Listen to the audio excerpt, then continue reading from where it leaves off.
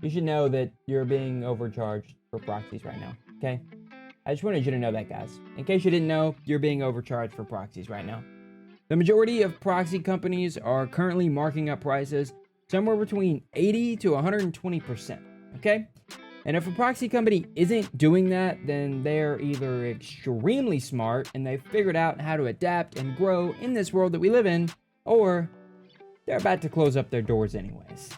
Now, I want you to think about some of the most well-known legacy proxy companies out there. There are two that come to my mind, companies like Oculus and like Lyte, okay?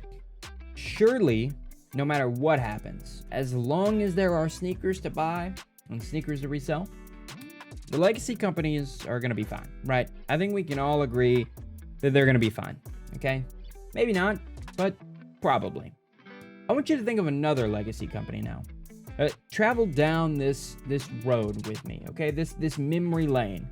Let's talk about a company like, I don't know, Surge Proxies, okay? Surge Proxies has been an elite proxy provider for as long as I can remember. They were here and they were elite whenever I first came into the scene reselling sneakers, 28 years ago. And I think they're going to be an elite provider until the day I stop, until a long time from now. Well, they just announced that they're officially shutting down. So, in this video, I think we need to discuss three major reasons that proxy companies are shutting down. I think we can really boil it down to three things. Lack of releases, lack of worth. Ooh, that's a tough one. And then this third one, even more of a gut punch. Lack of trust. We don't trust you anymore, proxy providers, and I'm going to tell you why. Now, let's talk about the first thing. Lack of releases, okay? And this is no fault of the proxy companies themselves. Honestly, it's just the climate that we live in, unfortunately. It's no secret that the releases they're just not what they used to be, right? They're just not coming like they used to, okay? We used to have what seemed like a major release 2 to 3 times a week. Who remembers like a summer ago when it was like a major release? I think it was like May or June. We had a major release like every single day. I honestly couldn't keep up with things. It was one of the most stressful and one of the most fun months in my sneaker reselling history, okay? It was a ton of fun. There were so many good releases to go for.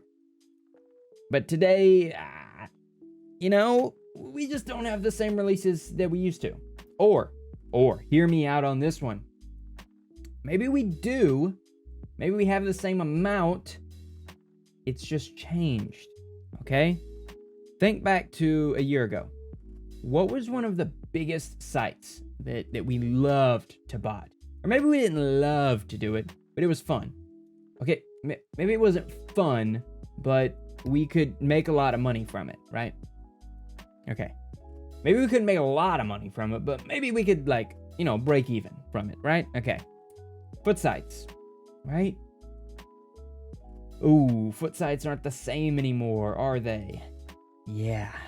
Who remembers, was it 2 years ago on Halloween, whenever we saw the Mochas release, and they brought out the big, bad, new way to protect foot sites? Data Dome. I always think of Doug Dimmadome every time I hear that. Comment down below if you think of Doug Dimmadome too. But foot sites were easier to bot, right? We saw a ton of shoes release on foot sites. All the big GR Jordan 1s, all the big GR Nike releases were funneled through foot sites. So every Wednesday, every Saturday, whatever it was, we could fire up Foot Locker, Champs, East Bay, Foot Action. I remember Foot Action. Oh man, those were the days. But we could fire up any of those sites with a bunch of residential data and we would get a lot of pairs. If you had ISPs or DCs back then, forget about it. You took stock unless they got banned. But if they didn't get banned, then you took stock, no problem. But even residential providers, we found a lot of value in those. Because honestly, you could just load up with a few thousand tasks and hey, in a couple minutes, you've got 20 pairs or so. Pretty good deal.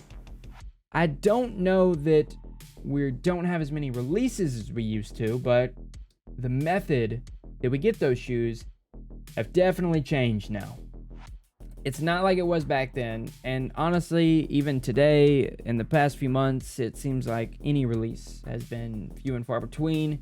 Yeezy supply releases are, they're hit and miss. I got a whole nother video coming about that. Yeah, Yeezy supply is dead, guys, in case you didn't know. Breaking news, video coming about that later in the week.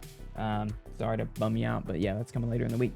But I don't know if it's just that we don't have as many releases or that they're not the same way they used to be, but I think we can all agree that we certainly have fewer, right? And they're not as good these days. So I think that's one key factor in all of this, and that's not the proxy company's fault. But you know something that is their fault? The fact that a lot of times whenever we purchase proxies, we feel a lack of worth to those proxies. When was the last time you spent $80 on some residential data and at the end of the release you said, you know, I really feel like I got my $80 worth. I'm really glad that I bought that residential data. Or, unfortunately, man, I'm glad I spent $140 on 50 monthly ISPs. It really did me good. Maybe you got a shoe, maybe you got 2 or even 3. Did that pay for what you spent on proxies? Probably not. But even then, you can't really compete that great. What if you went out and you bought a subnet for $500, right? If you really want to compete with all the big boys, you need a subnet. So I'm going to spend $500 on a subnet. Do you really feel like you got $500 worth of usage in a month? Maybe you did, and that's awesome. But I think the majority of people probably have to answer no to that question. So not only do we have not as many releases as we used to, I don't think we feel that we're getting value for what we're even purchasing these days. Buying a huge stack of residential data just seems like a waste at this point, right? And there are residential providers out there who do still provide good value. I don't want this video to seem like I am just pooping on all the proxy companies. I'm not. There are some companies out there who are amazing, who offer you great products at great prices, and you feel like you get value every single time, and you're going to go back and you're going to purchase more whenever your data runs out, or whenever you have to renew your ISPs or your subnet. There are companies out there like that, and I'm not talking about them. And I'm not going to name them specifically.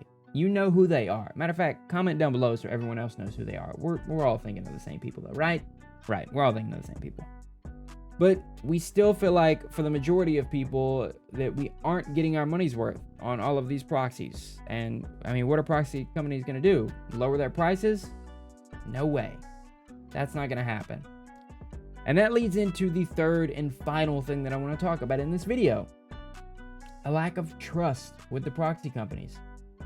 I think we all think, and if you know anything, you know, that proxy companies, they make some good money, right? I don't know if you know this, but all that residential data that you just bought, it's not very expensive. It's pretty cheap for the proxy companies, and at this point, they're basically just a middleman, and you're paying them a fee to get those proxies, to get that data.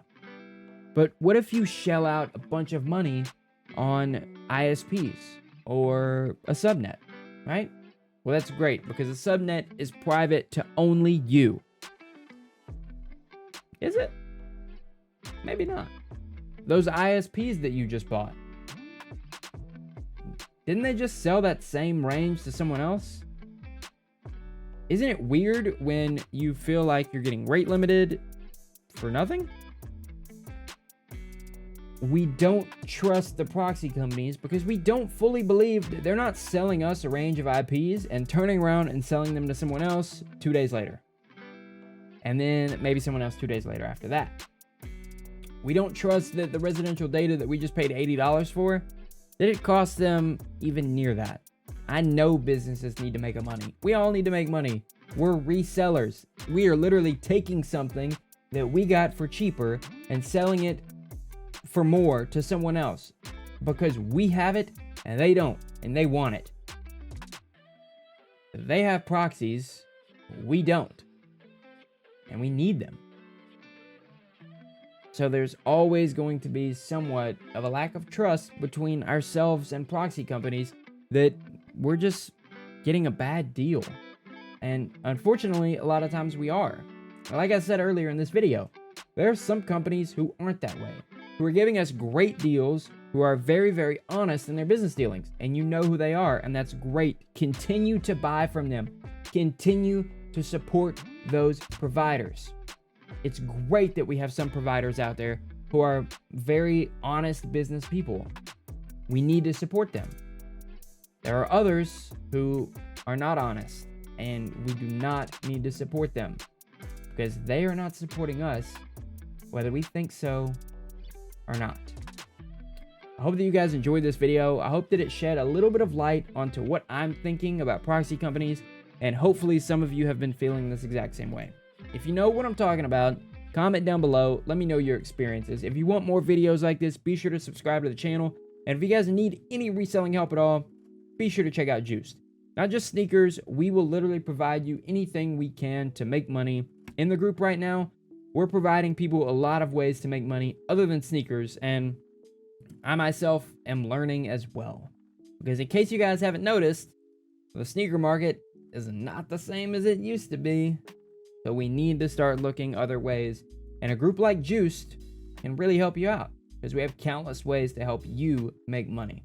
If you guys want to experience that, check out the link down below. Check out all my socials linked down below. If you guys enjoyed the video, be sure to like and be sure to subscribe. It would mean a lot to me. These videos take a little bit of time to make and edit.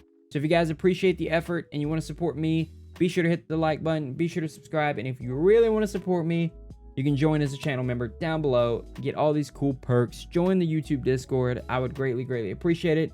I hope that you guys enjoyed this one. I'll see you guys on the next one. This is Solestate from Juiced, signing out.